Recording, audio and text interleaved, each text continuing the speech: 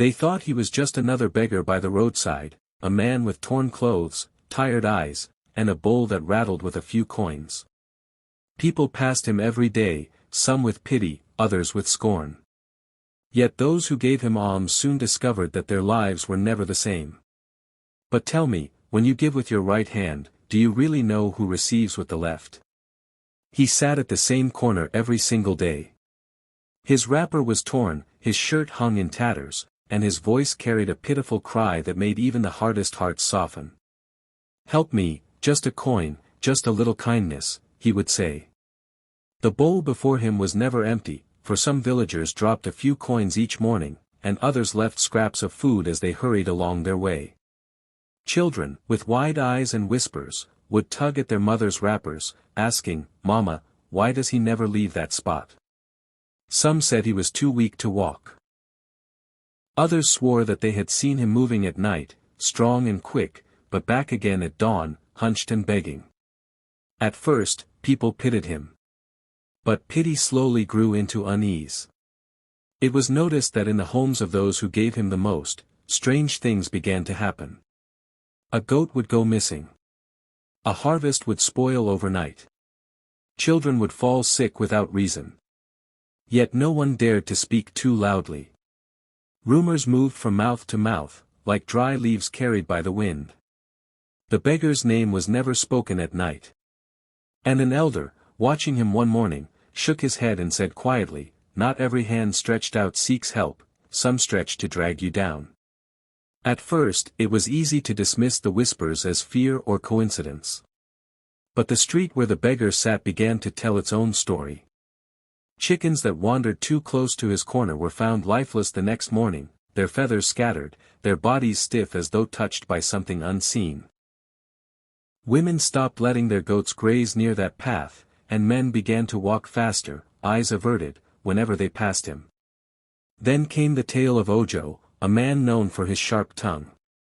One morning, he mocked the beggar loudly, laughing at his tattered clothes, saying, "Even the earth is tired of you sitting here like a stone." That same evening, Ojo collapsed in his compound, struck with an illness no healer could name. His laughter never returned. Others noticed something more troubling. Those who dropped coins into his bowl often lost far more than they gave. A woman gave him a small copper coin in the morning, but by night, her purse of market money had disappeared. A farmer gave him food, but the next day, half his yams were found rotting in the barn. Still, no one dared accuse him outright. Fear sealed their lips tighter than any lock.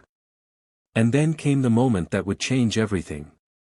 A young boy, no more than 10, passed by with his mother.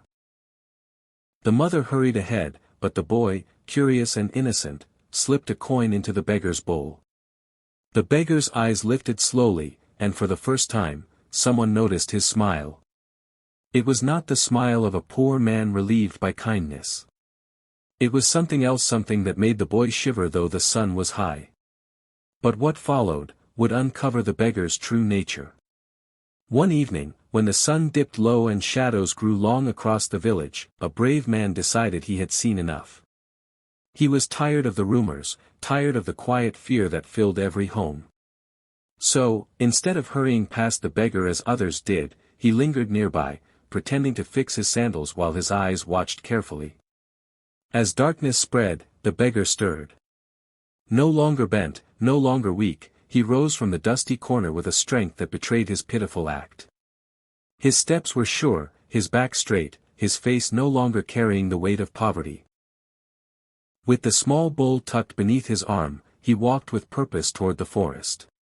The villager followed at a distance, careful to step where the leaves were soft. And what he saw that night would haunt him forever. In a clearing lit only by the moon, others were waiting shadows of men and women who did not belong there. They formed a circle, and in the middle stood a glowing clay pot, its light flickering like fire yet without flame. The beggar poured out the coins from his bowl, each one clinking into the pot, and with every coin, the glow grew brighter. Strange chants filled the air, words not known in the village, words that made the villager's heart beat faster. Coins that were given with kindness were now fuel for something dark and hidden. The fire hissed as the metal melted, as if greed itself was being fed. And in that moment, the old proverb whispered in the villager's mind, "The rat that eats your yam at night does not live in the bush, it lives in your house." The villager did not sleep that night. His eyes were wide, his thoughts racing with what he had seen. By dawn, he ran to the compound of the elders, breathless, his words tumbling like water from a broken calabash. At first, they frowned, doubting. But his trembling voice carried truth, and in the end, they agreed, this secret could no longer be left in the shadows. The next evening, when the beggar shuffled to his usual corner, more eyes were watching. Men hid in the alleys, women peered from their huts, children were held back by their mothers. The elders, quiet as stones, waited for him to rise. And just as before, when night fell, he stood up no longer weak, no longer broken. But this time, he was not alone. A group of villagers followed at a distance, careful but determined. They saw him enter the forest, and once again, the chants began, the clay pot glowing with stolen coins.